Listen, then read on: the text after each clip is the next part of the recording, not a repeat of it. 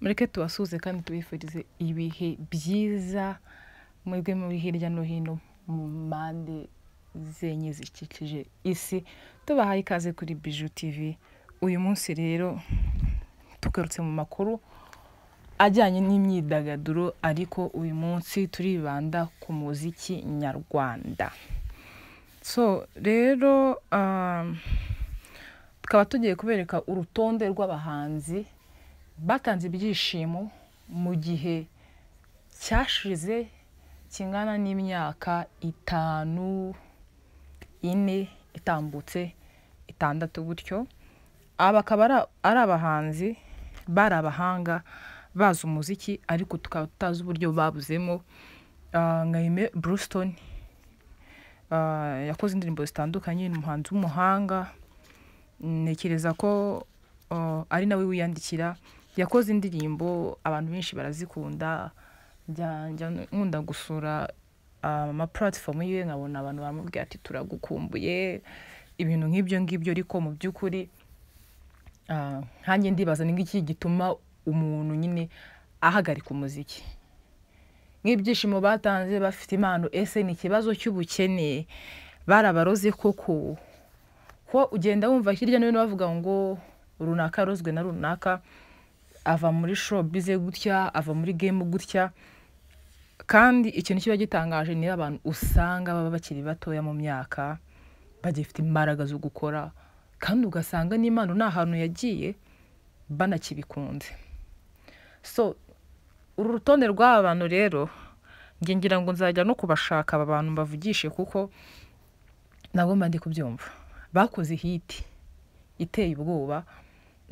Hari nk'indirimbo uyu muhanzi cyangwa se uyu musore yakoze, Aime Bluestone, ahunda njya mbona yavuga ngo yitwa Aime Bluestone Sugar Boy. Yamenyekanye mu bintu byo guteka inkoko, agira ibintu ngo ni ibya home chilling ngira ngo. Ariko uyu munsi tukaba twaramubuze mu muziki nyarwanda. Indirimbo ye ya mbere yakoze igakundwa, yabaye hit cyane, yitwa ngo ujye umumuriza. Sinzi nimba ari ya mbere, kuko ntabwo nigeze mbasha kuzitondekeranya ngo menye ngo habanje ni byadusaba ko tumwibariza, cyangwa se murabyumva namwe nyiriko mu bushakashatsi twakoze. Indirimbo ya mbere yakunzwe yaramenyekaniyeho ni indirimbo yitwa ngo ujye umumuriza. Akora indi ya kabiri yitwa ngo reka nkundi. Akora iya gatatu yitwa ngo yananiye. Akora indi ya kane yitwa ngo bimparire. Izi ni indirimbo mu by'ukuri zakunzwe cyane n'abantu batari bakeya, kandi ikintu nzi neza nuko izi ndirimbo abantu bakunda, abantu bakundwa. Ni indirimbo nzi neza ko abantu bagikina kenshi. Ni indirimbo zidateze kuzava mu matwi y'abanyarwanda, ni indirimbo zidateze kuzava mu matwi y'abantu bakunda umuziki. Izi ndirimbo rwose zabaye hit bya hatari. Ngira ngo niyo twajya gukora urutonde rw'indirimbo zakunzwe, zaza ku rutonde rwa mbere. Izi ndirimbo zaba iza mbere. Muraza kumbwira uko mubyumva. Muhanzi wa kabiri ni Green P. Green P ngira ngo yahoze aba mu itsinda rya Tuff Gang. Green P uyu ni umusore, uyu musore aratuje cyane mu by'ukuri. Ntabwo akunda kugaragara cyane. Nawe akaba ari mu rutonde rw'abahanzi twabuze, kandi iyo bakoze ibyo bintu nyine ni umuntu utegura ikintu kabisa, ukabona atanze ikintu cyiza cyambye. Green P ari mu bahanzi baririmba hip hop, ariko ni umuntu ukora video yabyitondeye.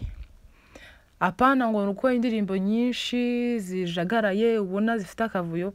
Akora indirimbo imwe, ariko iyo ndirimbo ikaza ari nziza, ifite ishusho ryiza, nyine ukumva ko ari indirimbo nyine umuntu afite igihe akayitekerezaho. Ariko nawe ari mu bantu twabuze, ntabwo akiduha ibyishimo. Ntabwo nzi ukuntu byagenze. Zimwe mu ndirimbo za Green P zakunzwe harimo indirimbo yitwa ngo Mumaniga. Abantu benshi murayizi. hakaba indirimbo yitwa ngo inkuta yo yaranatrendinze cyane ndabyibuka.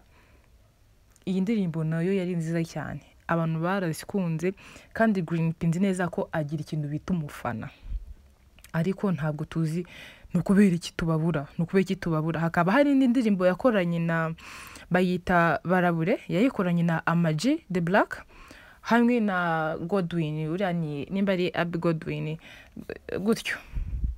Ino ndirimbo Barabure ni indirimbo yakoze nyuma yuko yashize igihe kinini adakora umuziki, agaruka asa neza, ewani abyibushye, ameze nyine nk'umuntu ufite amafaranga.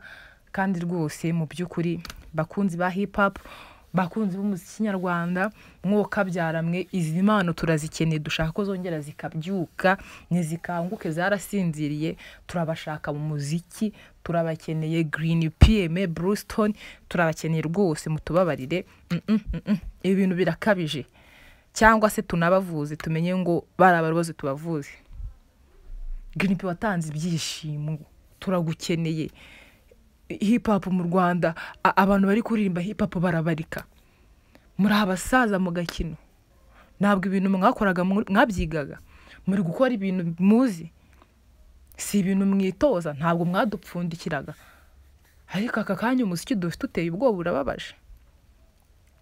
Ni ikihe kintu gituma abahanzi badasapotingana ngo nimba ari ufite ikibazo mugenzi wa musapotinge? Ariko amashyari, inzangano bigenda bituma ibintu byangirika. Nk'ubu ngubu ntabwo ubundi bwoko umuhanzi azima agasinzira akabura burundu. Hari abahanzi bagenzi bagomba gukora iyo bwabaga, bakavuga se nimba umuvandimwe yarazi kuririmba afite impano, turi kumubura gute? Mukamenya iyo mpamvu umuntu ari kubura. Nimba hari n'ikibazo y'amafaranga mukamuhereza za collab n'ibiki byose, umuntu akagaruka mu gakino. Debera nka Amaroni yari yazamutse neza. Ejo bundi za 2020 hadukubita indirimbo ya mbere yambira twika, azamuka neza, azamukana courage, akora byakubaho.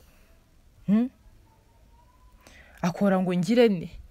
Izo ni indirimbo zabaye hit.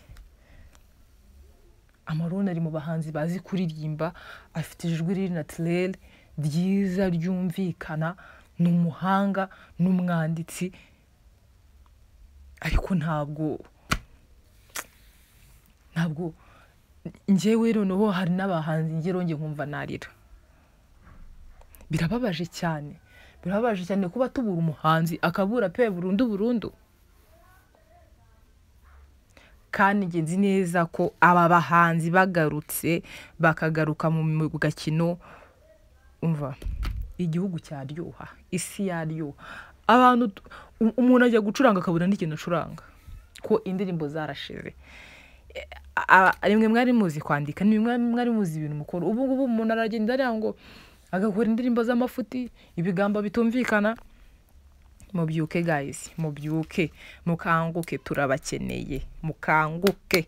Amarori garuka imihanda garuka. Oya, ibi bintu wapi. Ibi kandi ngira ngo abantu benshi bakunda kubigura ko bakavuga ngo aya ni amashyari yagiye atuma abagenzi abahanzi babura, bakava reba nk'aba Nizoka Boss, nk'uwavuga ngo Nizoka Boss yagiye hehe. Hari amatsinda menshi nagiye mvuga kubera ko atari mu rutonde rwabo ndi buvugeho, ariko hari abantu benshi twagiye tubura mu by'ukuri. Niyo mpamvu mubona showbiz yabaye nabi, yabaye umwanda kubera amashyari, kubera urwangano. Ntabwo tukibona abantu baduha ibintu bizima. Ayo marozi rero, izo nzangano ziri gutuma mushyira hasi bagenzi banyu, nibyo bakoraga byibuze ngo uvuge ngo uyu muntu mushize hasi, ibyo yakoraga ngiye kubikora. Byibuze ibyo ngibyo mujye mubikora. Nk'uyu mwana Afrique nta muntu n'umwe utamuzi. Ku myaka ye ni mutoya, ni umuhanga, afite impano, afite management, ni mwiza, afite igihe cyo gukora. Kuko abandi bo none ushaka nko kuvuga ngo impamvu ngo tubabura cyangwa se batakiri gutrendinga badafite wenda n'ako kabaraga n'ako gakuraje kuvuga ngo bakore umuziki, ukavuga wenda ngo barabyaye bafite inshingano, abandi babaye abapapa. Nk'ubu mwambwira ngo koko Afrique wacu, ubu mwambwira ngo Afrique ari he mwamfurame? Mwambwira ngo Afrique ari he? Ese biterwa na management mbi? Management mbi ituma umuntu azamuka ageraho bishyushye agasubira hasi, bigenda gute? Afrique ndabyibuka indirimbo ya mbere yakoze yitwaga Gatunda. Iyo ndirimbo yaragira trendinga, umva iba virusi mu bantu. Arazamuka agukora indi ndirimbo ya kabiri, Agashinge, akora Banyica, akora Shadiya, akora Nobody, akora Rompe. Hari indi collabo nabonye akoranye na Bushari na Mistake, undi nindera ya ndirimbo bakoze tukwa follow me niki. Afrique ni umuntu w'umuhanga no mu kuririmba. Mwuka byaramwe nimbi showbiz nta bindi bintu biyiri inyuma, abantu bajya hehe baburira he? Nuko iki tubura abantu b'abahanga? Haba iki gituma tubura abantu? Afrique byagenze gute ku buryo tukubura mu mihanda? Ibintu birakabije, ibintu birakabije rwose, ibintu birakabije. Urunguru n'urutonde rutombashije gukora rw'abantu twagiye tubura mu bintu bidasobanutse. N'abana ba Kenisoro bajya gutya bagakora n'ubuko umuntu akamenya ngo uyu muntu arashatse, wenda avuga uti ari kuba busy kubera urugo umwana, ariko nubwo yashatse ariko ari gukora, nubwo afite inshingano ari gukora, kandi no tunabizi. Mwebwe byabagendekeye gute?